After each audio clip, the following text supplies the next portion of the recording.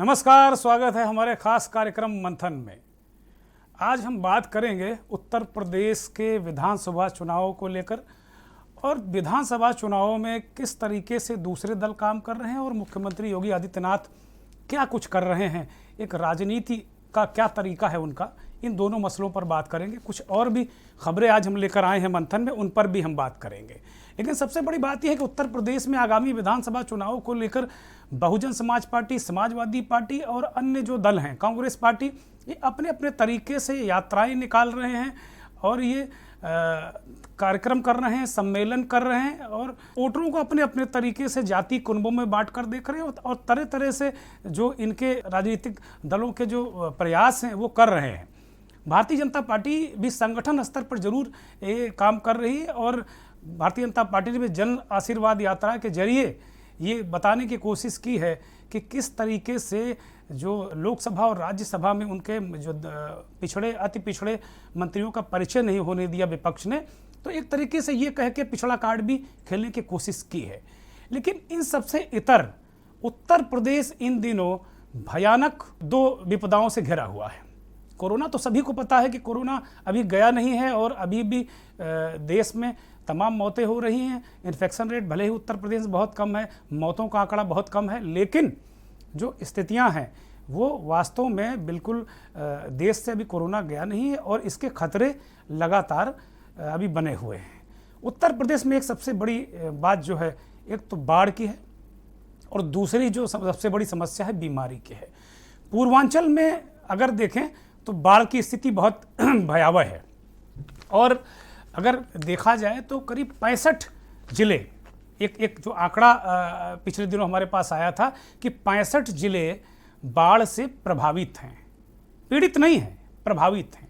और इसमें 20 जिले बाढ़ से पीड़ित कहे जा सकते हैं। पीड़ा और प्रभावित होने में थोड़ा बेसिक अंतर यह है कि आज मुख्यमंत्री जी भी वो बात कही कि प्रभावित होना और पीड़ित होना एक अलग बात है। तो 20 जिले में बिल्कुल खम ठोक कर कह सकता हूं कि 20 जिले बाढ़ से पीड़ित हैं, वहां भयंकर स्थितियां हैं, पानी घुसा हुआ है। और गोरखपुर भी जो मुख्यमंत्री का अपना क्षेत्र है, वहाँ का भी जो एक बस्ती का हाईवे था वो कट गया था, उसमें पानी कमर तक पानी भरा हुआ था। वो वहाँ की स्थितियाँ देखी, लगातार बारिश और जो नदियों के उफनाने के कारण जो पूर्वांचल में बाढ़ की स्थिति बड़ी विकट होती जा रही है। और पिछले दिनों तो औरैया और इधर जालौन के तरफ भी बाढ़ का प्रकोप देखा गया और मुख्यमंत्री वहाँ लगातार दौरे भी कर रहे थे, गए। आज मुख्यमंत्री योगी आदित्यनाथ बलरामपुर, बहराइच और गोंडा ये दौरे पर गए। वो तस्वीरें आप इस जो दूसरी खिड़की में आप जो तस्वीरें देख रहे हैं ना, वो बाढ़ की विभीषिका की तस्वीरें हैं और मुख्यमंत्री का ये हवाई दौरा है। मेरे लिए शुरू से बचपन से बड़ा कौतूहल का विषय रहा है कि ये हेलीकॉप्टर में सवार होकर नेता लोग देखते क्या हैं। ये बड़ा मेरे लिए बड़ा कौतूहल का विषय रहा है। आज तक मुझे इसका जवाब नहीं मिला। लोग कह सकते हैं कि भाई आप पत्रकार हैं, आपको तो पता होना चाहिए, लेकिन वाकई मैं बहुत साफगोई के साथ में कह रहा हूं कि इसका मकसद आज तक मुझे पता नहीं चला कि वास्तव में इसका मकसद क्या है। जब आपके पास सरकारी मशीनरी होती है, तंत्र होता, मैं केवल अकेले योगी आदित्यनाथ की बात नहीं कर रहा हूं, जितने भी नेता, मुख्यमंत्री, प्रधानमंत्री अब तक भारत के इतिहास में हुए हैं, वो इस तरह की चीज़ों को हेलीकॉप्टर पर चढ़कर जरूर देखते रहे हैं। हो सकता है इसका कोई भौगोलिक महत्व हो, मुझे नहीं पता है, लेकिन ये कौतूहल का विषय मेरे लिए ज़रूर है। लेकिन सबसे अच्छी बात यह है कि देश के एक राज्य के मुख्यमंत्री छुट्टियां मना रहे हैं, कई मुख्यमंत्री हाइबरनेट में हैं। वहीं योगी आदित्यनाथ जो उत्तर प्रदेश के मुख्यमंत्री हैं, वो बाकायदे सड़क पर और बाढ़ क्षेत्रों में जाकर लोगों का हाल चाल ले रहे हैं। राजनीति का एक ये भी तरीका है और ये मुझे लगता है कि यही एक ऑथेंटिक तरीका है राजनीति करने का। राजनीति के बारे में जब लोग कहते हैं कि आप मेरे साथ राजनीति कर रहे हैं, तब सेंस दूसरा होता है कि आप कोई खेल कर रहे हैं, उसके साथ राजनीति कर रहे हैं। तो राजनीति को जो मौजूदा परिस्थितियों में एक अलग तरीके से परिभाषित किया गया है, विचारित किया गया है, प्रचारित किया गया है।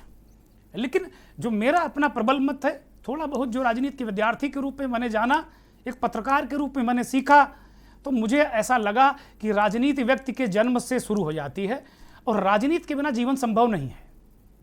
और ये जितने भी नेता, मुख्यमंत्री, प्रधानमंत्री, जितने भी मंत्री शपथ लेते हैं, तो ये राजनीति को सेवा का माध्यम बनाकर शपथ लेते हैं और ये कहते भी हैं, चाहे सांसद हों, विधायक हों, ये सब कहते हैं कि मेरे लिए जो राजनीति है वो सेवा का माध्यम है।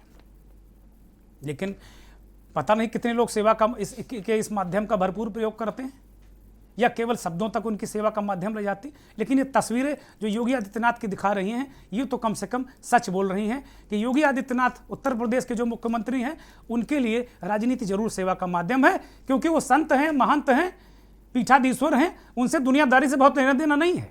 ये बात बिल्कुल साफ है। मैं कोई योगी का बहुत बड़ा प्रशंसक नहीं हूं, इसमें बिल्कुल सच बात है। लेकिन जो व्यक्ति भगवा चोला पहनकर जो अपने समस्त चीज़ों को जिसने पहले ही त्याग कर दिया हो, तो उसकी नीयत पर, उस व्यक्ति की नीयत पर हम संदेह नहीं कर सकते, बिल्कुल संदेह नहीं कर सकते। जहां आपने देखा कि किस तरीके से वो बाढ़ की विभीषिकाओं में घिरे हुए लोगों के बीच जा रहे हैं, उम्मीद तो बंधा रहे हैं, कम से कम मशीनरी को टाइट कर रहे हैं, नोडल अधिकारी बना रहे हैं। मुख्यमंत्री जब बाढ़ का दौरा करके आए, लखनऊ पहुंचते हैं, तो एक पूरे प्रदेश भर के लिए उन्होंने बड़े बड़े आईएएस अफसर जो उत्तर प्रदेश की राजधानी लखनऊ में बैठकर शाम को पकौड़ियाँ खाते हैं, टेनिस खेलने जाते हैं, सुबह सुबह जॉगिंग का आनंद लेते हैं, उन सबको दौड़ा दिया कि जाइए, चाहे बुंदेलखंड हो, चाहे सेंट्रल यूपी हो, चाहे पूर्वांचल हो और चाहे पश्चिम हो, जहाँ जहाँ बाढ़ आई है उन इलाकों को आपको देखना है, जाना है। नोडल अफसर, सीनियर अफसरों को, मंडलायुक्त जो कमिश्नर स्तर के अधिकारी हैं उनको नोडल अफसर बना दिया। अब आपको हम सुनाते हैं कि मुख्यमंत्री ने आज जो हवाई दौरा किया, जो स्थलीय निरीक्षण किया बाढ़ का, उसको देखते हैं। राजनीति का, मैं बार बार कह रहा हूं कि सेवा राजनीति का माध्यम है। योगी आदित्यनाथ आपको बरसते पानी में नजर आ रहे हैं, लोग छाता जरूर लगाए हैं, लेकिन उनको बहुत बारिश और कीचड़ की परवाह नहीं है। तो आज गोंडा में क्या कहा, बहराइच में क्या कहा, बलरामपुर में क्या कहा, और उससे जनता को कितनी राहत पहुंची, जरा सुनिए। साथ साथ जहां पर कटान अवरोधक कार्य होने थे वह भी समय पर होने के कारण काफी राहत मिली है। इसी के कारण विगत वर्ष की तुलना में अधिक बरसात के बावजूद अभी जनपद के 10 राजस्व गांव बाढ़ से प्रभावित हैं, जिनमें 7 पूरी तरह मेरुंड हैं। यहाँ के माननीय सांसद, माननीय विधायकों के निर्देशन में, उनके मार्गदर्शन में जिला प्रशासन लगातार राहत और बचाव के कार्यों को तेजी के साथ आगे बढ़ा रहा है। हर पीड़ित परिवार के लिए सरकार ने पर्याप्त मात्रा में राहत सामग्री और धनराशि प्रत्येक जनपद में स्वीकृत किया है। यह भी व्यवस्था सुनिश्चित किया गया है कि हर एक जनपद में बचाव और राहत करने के लिए एनडीआरएफ, एसडीआरएफ बता रहे हैं कि किस तरीके से उत्तर प्रदेश की जो सरकार है उसने जनता के लिए क्या किया, कैसे राहत सामग्री दी। मुख्यमंत्री, अहम बात यह है कि वो लखनऊ में बैठकर केवल अफसरों को ज्ञान नहीं दे रहे हैं, वो जा रहे हैं, मौके पर जा रहे हैं, वहाँ बात कर रहे हैं। और इससे ये बात तो तय है कि इससे खौफ जरूर बनता है। अफसरों को पता है कि मुख्यमंत्री जी अगर आ गए तो फिर खैर नहीं है। योगी के बारे में ये बात तो बिल्कुल प्रचारित है, सुविचारित है कि वो फिर जो हिला हवाली करने वाले, झूठ मक्कारी करने वाले अफसरों से फिर कैसे पेश आते हैं, उन अफसरों को भली भांति पता है। अब गोंडा की आपने सुनी, बलरामपुर में उन्होंने क्या कहा वो भी सुना देते हैं आपको। जनधन की हानि के लिए भी तत्काल मुआवजा देने की व्यवस्था की है। अगर कोई व्यक्ति दुर्भाग्य से किसी परिवार में किसी सदस्य की बाढ़ के पानी में डूबने से मृत्यु होती है या किसी हिंसक जानवर के काटने से वह प्रभावित होता है, उसकी मृत्यु होती है, तो 4 लाख रुपए तत्काल उपलब्ध कराने की व्यवस्था उन पीड़ित परिवारों को की जा रही है।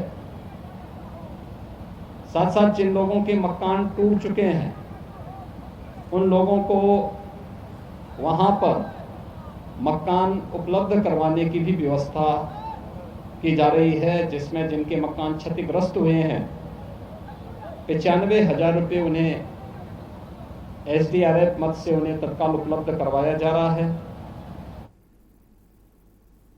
बहराइच में जो कुछ कहा उन्होंने कि जिनके मकान टूट गए हैं, जो लोग गांव में रहते हैं, बारिश से जिनके मकान गिरते हैं, उन्हें ये दर्द पता है। हम और आप तो शहर में चाहे अपना मकान हो चाहे किराए के मकान में हो, बहुत मौज काटते रहते हैं, लेकिन जिन लोगों ने गांव का जीवन देखा है वो जानते हैं कि गांव का जीवन कितना कठिन है।